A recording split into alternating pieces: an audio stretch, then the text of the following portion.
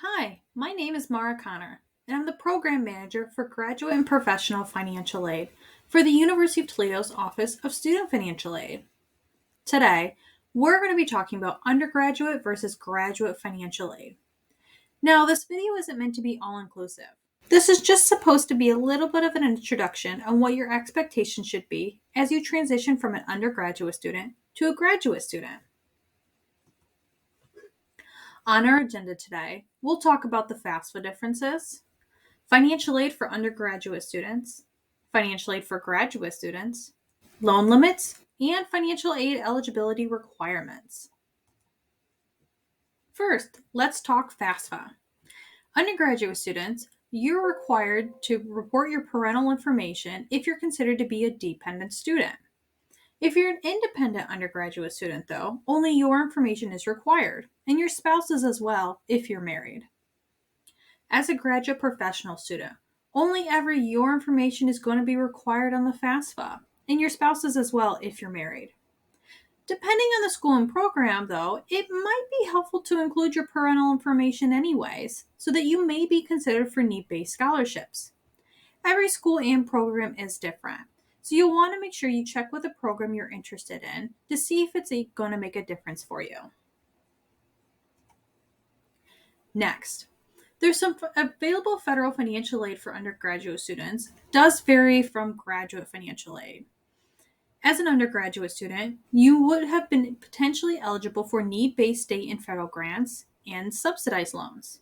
You also would have been eligible for unsubsidized loans, and if you're a dependent student, your parent would have had the opportunity to utilize the Parent Plus loan. As a graduate student, though, you're only going to be offered unsubsidized loans and Graduate Plus loans. Now, the Graduate Plus loan is a loan offered to you. However, in order to receive it, you must apply for it through studentaid.gov and a credit check will be ran. If approved, you can then utilize the Graduate Plus loan.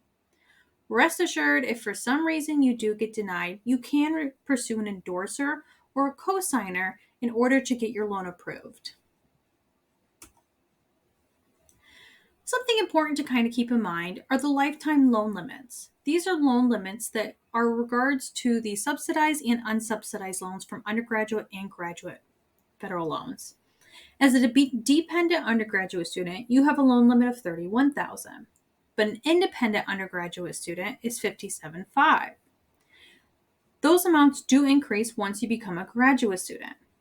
A general graduate student is able to take up to $138,500 in total federal student loans. A medical graduate student, though, can take up to $224,000. There also is currently no cap on the Graduate Plus loans. Now, these amounts are high, and I understand there's no cap on the Graduate Plus loans.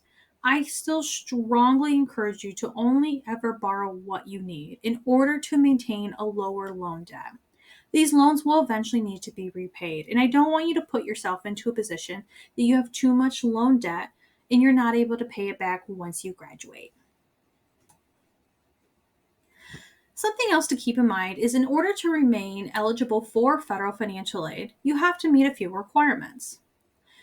Something as an undergraduate student you have to always remember is that to be considered half-time, which is generally the minimum to receive federal financial aid, you need to be at least 6 credit hours.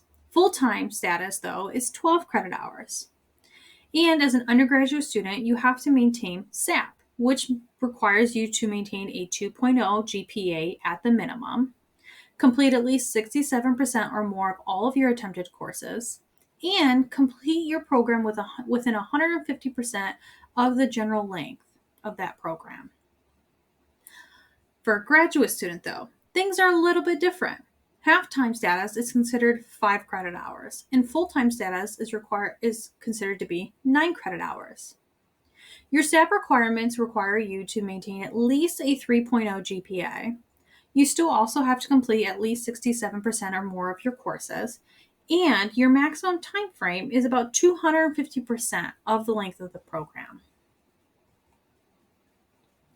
Now, I understand this is a lot of information in a very small amount of time. Again, this video isn't meant to be all-inclusive. This is just supposed to help you get started.